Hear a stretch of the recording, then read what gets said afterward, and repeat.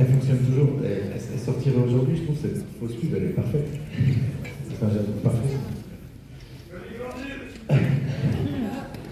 Donc il s'agit d'un film de Ken Shapiro, Oui. 1974. C'est le début de Chevy Chase aussi. C'est le début de Chevy Chase, exactement, qui fera le beau jour de Saturday Night Live quelques années après. Et après, Ken Shapiro, je ne sais pas, il n'a plus jamais fait de film. Je crois que c'est une espèce d'objet comme ça. Donc apparemment, ils ont commencé à faire au théâtre des sketchs parodiques de télévision. Ouais. Et donc ça, effectivement, c'est son premier, peut-être je ne sais pas si c'est son seul long métrage. Enfin, voilà. Il n'y a pas d'écho. Ouais. Mais je ne sais pas où le film existe. On trouve un peu sur YouTube des copies à peu près correctes de GrooveTube, mais je vous le conseille. Et donc forcément, ça a inspiré énormément tout ce qu'on a fait avec les nuls après, parce que c'est clairement de la parodie télé, de la fausse pub, des news, voilà. Ça commence d'ailleurs par The Dawn of Man, une parodie de 2001, où ce sont les singes qui découvrent en fait pas un monolithe mais une télévision.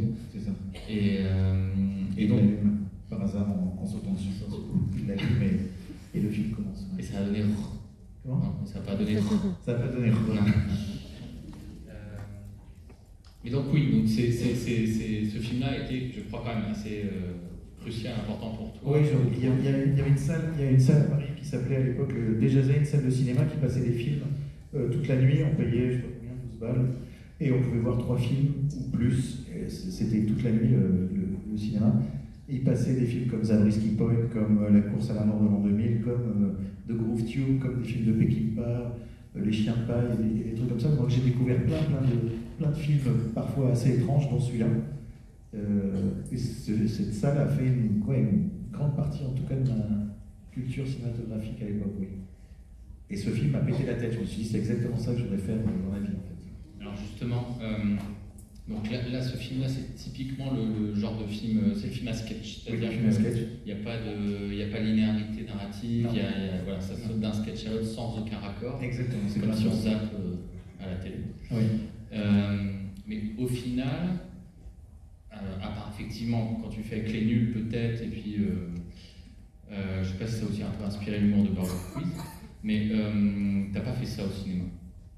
Non, on n'a pas fait ça au cinéma. Non, déjà parce qu'on l'avait fait à la télé dans tous les sens, avec les nuls pendant quelques années. Donc effectivement, au cinéma, on s'est dit, non, si on fait un truc, si on fait un film, on va faire un vrai film, entre guillemets, avec un début, un milieu, une fin, un grand écran, de l'aventure, des poursuites, des trucs, mais évidemment des conneries. Donc que ce soit plus proche, là, pour le coup, de films des Zucker, Abraham Zucker ou de Mel Brooks ou autre, enfin, vraiment de la pure connerie de A à Z. Quoi. Et justement, malgré tout, le côté enchaîner les sketchs comme ça, d'enchaîner les gags, toi, ça te gêne pas en tant que spectateur? Je veux dire, t'as pas besoin forcément au cinéma d'avoir une trame narrative? Non, je peux avoir. Moi, j'ai tous les plaisirs de spectateur. Enfin, franchement, non, c'est vrai. Je peux voir un film complètement con, gratos, sans aucun fond, où vraiment, clairement, ils ont fait un jeu de massacre. Ils ont clairement dit, on va vous faire marrer avec rien. Enfin, rien, c'est pas rien d'ailleurs de faire marrer,